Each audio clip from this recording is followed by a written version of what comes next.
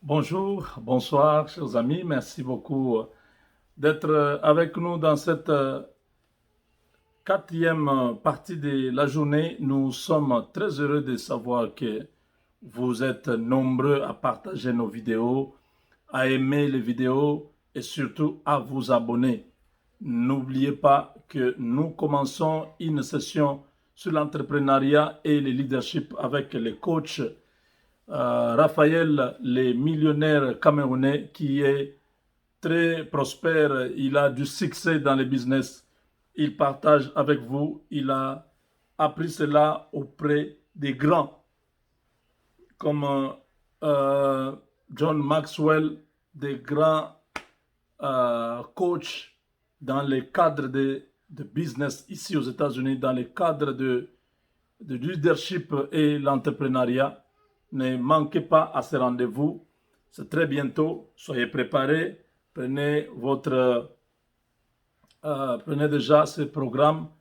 À partir du 22, nous démarrons. Nous allons très bientôt mettre les liens qui pourra vous servir de connexion pour participer à ces sessions, cette conférence sur le business, sur les affaires. Donc, ça sera sur 2 jours d'abord, et puis on va aller à 5 jours, 2 fois. Ce sera des enseignements de haute qualité. Vous êtes au Congo, vous êtes à Lubumbashi, à Goma, à Kinshasa, vous êtes dans le monde entier. Vous voulez faire le business, avoir du succès, multiplier vos avoirs. Le rendez-vous est pris avec l'homme d'affaires camerounais. Il est dans le business aux États-Unis, pas au Cameroun. Il a une entreprise qui est très prospère. Ici, j'étais dans les installations de sa compagnie. C'est extraordinaire. Cet homme il a mon âge pratiquement. Il est venu ici quand il avait encore 18 ans ou 19 ans. Trop jeune. Il s'est intégré dans les pays. Plus de 20 ans après, voilà où il est. Aujourd'hui, c'est quelqu'un qui a vraiment été visité par Dieu. Voilà. Nous continuons à vendre nos services des avocats auprès de tous ceux qui sont dans les besoins. Toute famille congolaise, toute personne qui vit aux États-Unis et au Canada, vous avez besoin d'avoir un avocat. Les avocats, ça coûte trop cher. Mais vous, grâce à Legal Shield, notre compagnie, nous vous donnons cette possibilité, cette opportunité d'avoir les avocats 24 heures sur 24, 12 mois sur 12, 365 jours sur 365 jours, seulement à 24,95 $ les mois. Si vous payez ces 24,95 $, vous avez droit à avoir un avocat qui sera permanent pour vous. Chaque moment où vous avez un problème, vous pouvez appeler, vous pouvez le contacter et bénéficier de leurs services. Voilà, chers amis, c'est comme nous avons dit, ça ne va pas. Les Congolais veulent inventer la roue pendant que la roue a été déjà inventée. Félix Tshisekedi fait très mal à beaucoup de gens. Quand vous pensez que les gens sont contents de ce qu'il fait comme consultation, il y en a qui ne sont pas contents, qui cherchent comment faire bloquer la machine, que ces consultations ne puissent pas aboutir. C'est le cas de le dire avec l'Église catholique. Hein? En Chiluba, nous disons utomu bukula utomu bukula utomu musab. Donc, l'Église catholique, dans l'hypocrisie, comme d'habitude, vient encore de montrer que tout ce qu'ils ont fait jusque-là, c'était dans l'optique de pouvoir retrouver leur part, hein, avec la consultation de Félix Tshisekedi. L'Église catholique n'est pas rassasiée. Je ne sais pas s'ils avaient besoin que Félix Tshisekedi leur donne l'argent. Je ne sais pas, parce que j'ai entendu un audio tout à l'heure là où quelqu'un est en train de dire que non, Jean-Pierre Bemba, on lui a donné 250 000. Comme il aime beaucoup l'argent, c'est pourquoi il était venu. Moïse Katumbi, on lui a aussi remis 250 000. On a pris en charge son jet privé, c'est pourquoi il est venu. Les gens racontent n'importe quoi. Ça sont des fake news. Ce sont des fake news. Ça n'a rien à voir avec l'argent. Tu sais qu'il n'est pas là pour distribuer l'argent aux gens. S'il fait ça, c'est qu'il n'y aura rien qui va changer dans les pays. Il a seulement écouté le peuple. Les Katumbi, les Bemba et les autres avaient abandonné Tshisekedi parce qu'il était avec Kabila. Quand il s'est éloigné de Kabila, il a donné la possibilité à d'autres personnes maintenant de venir à côté de lui. Commencer à raconter des choses comme ça, c'est juste pour manipuler l'opinion. La personne qui parle en Chiluba, c'est pour que ça puisse avoir plus de crédibilité, qu'on dise, ah voilà, ces frères de Luba sont en train de révéler la face cachée des consultations. Il n'y a pas l'argent à la consultation. Tous ceux qui vont à la consultation, ils vont sur invitation du chef de l'État pour essayer de donner des pistes de solutions au chef sur ce qui doit être fait après cette coalition Cash-FCC. Nous savons tous que le Cash a enduré pendant 21 mois. Tout le monde était là. Cash ne s'est jamais déplacé dans un pays africain pour aller se plaindre. Mais quand Cash a agi, Kabila est le premier à avoir envoyé des gens à travers l'Afrique pour aller mentir, aller provoquer un chaos à partir de l'extérieur. Heureusement que cela n'a pas fonctionné. Il y a des menteurs, il y a des gens qui ne veulent pas le bonheur des Congolais, des gens qui sont là juste pour comploter contre la République. Ils ont maintenant là en tête, ils ont quelque chose qu'ils sont en train de préparer pour faire un coup d'État. Tout ça, c'est déjà perdu. C'est déjà perdu, il n'y a rien qui va marcher. Hein? Ils sont en train de s'organiser pour que Tshisekedi échoue dans ces consultations. C'est une peine perdue.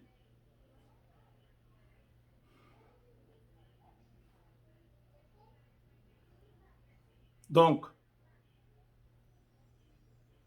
nous aux États-Unis, nous soutenons ces assises. Voilà pourquoi nous avons demandé au chef de l'État de pouvoir recevoir la délégation de la diaspora dans ces consultations. Cette délégation de la diaspora est composée de plusieurs pays. Beaucoup de Congolais qui vivent à l'extérieur sont ensemble maintenant à la tête de la délégation. C'est le professeur Sylvain Mbumba. Il est de la Californie. Il est sur place, c'est lui qui conduit cette délégation. Nous attendons que le chef de l'État lui ouvre aussi les portes parce que tout le monde, même les gens qui ne pouvaient pas être reçus, ont été reçus, c'est-à-dire tout le monde peut être reçu dans ces consultations. Mes chers amis, je suis estomaqué, je suis déçu, je suis vraiment peiné de voir que l'Église catholique, ces gens ne vont pas changer. Ils sont toujours pyromanes et pompiers. Eux-mêmes qui disaient à Félix Tshisekedi de se séparer avec Kabila. Aujourd'hui, Tshisekedi est en train de se préparer à se séparer avec Kabila.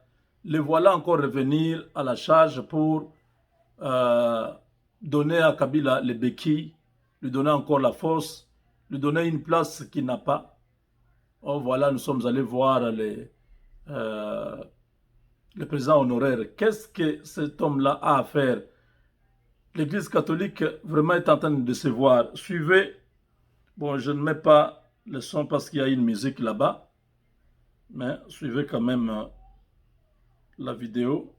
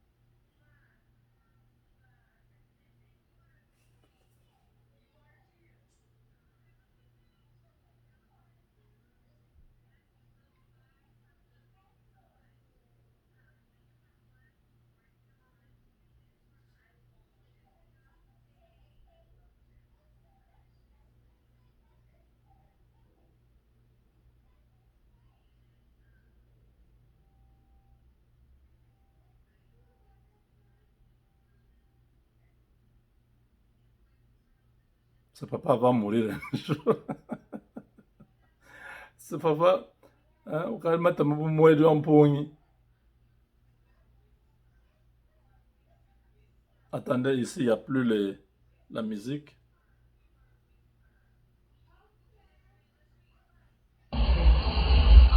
Compte tenu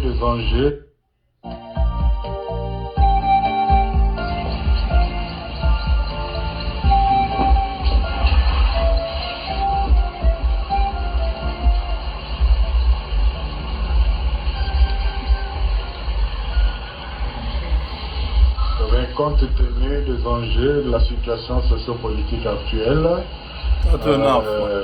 caractérisée par le blocage au niveau de la coalition au pouvoir, le blocage plusieurs fois dénoncé par nos pères évêques. Après avoir dit ce qu'ils pensent de cette situation à son Excellence le Président de la République et à travers MMO, la présidence de la SENCO a jugé utile, dans le cadre de la mission prophétique de la SENCO, échanger aussi avec le président honoraire, le sénateur à vie Joseph Kabila, pour lui dire aussi ce qu'il pense, le conseil, lui donner le conseil qu'il trouve juste en ce moment, et aussi pour l'écouter, afin de continuer à réfléchir. Et vous savez, la SENCO a toujours promis d'accompagner les institutions du pays, la nation dans son ensemble, pour l'édification de la paix, pour la consolidation de la démocratie et surtout pour l'amélioration des conditions de vie. La mission est dynamique, les évêques vont apprécier, certainement quelque chose sera fait et vous serez au courant.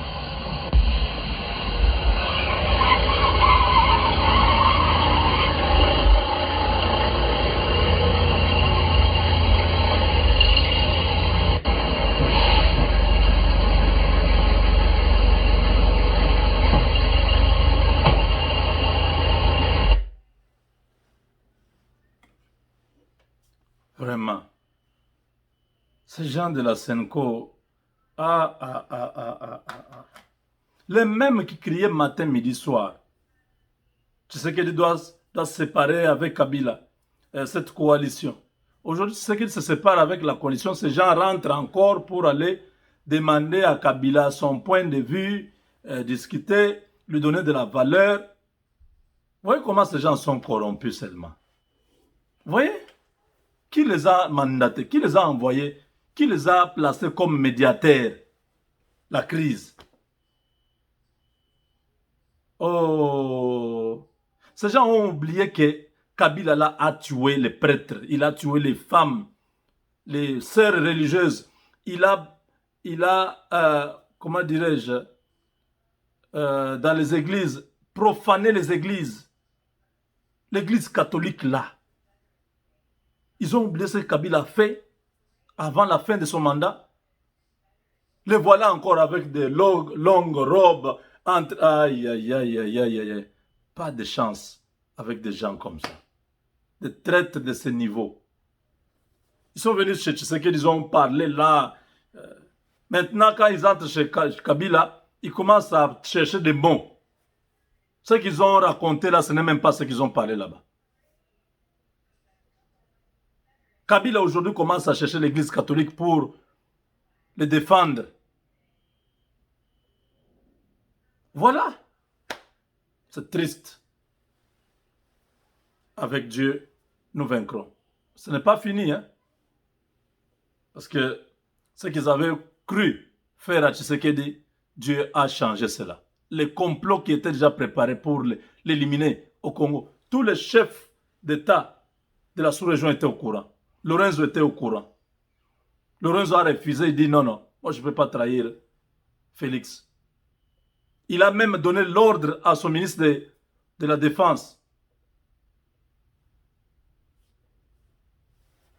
que sur le plan de la sécurité, que tous les services de renseignement, personne ne puisse laisser atterrir les dignitaires de l'ancien régime de Kinshasa en Angola. Sassou Nguesso, la même chose. Kagame, lui, il attend toujours. Ils sont en train de regarder ce qui se passe aux États-Unis. Kagame croyait que ça serait directement Joe Biden, ça va passer. Jusqu'aujourd'hui, Kagame, oui, il s'est précipité à envoyer son message de félicitations à Joe Biden. Maintenant, là, la situation est un peu compliquée. Tout peut arriver. Tout peut arriver.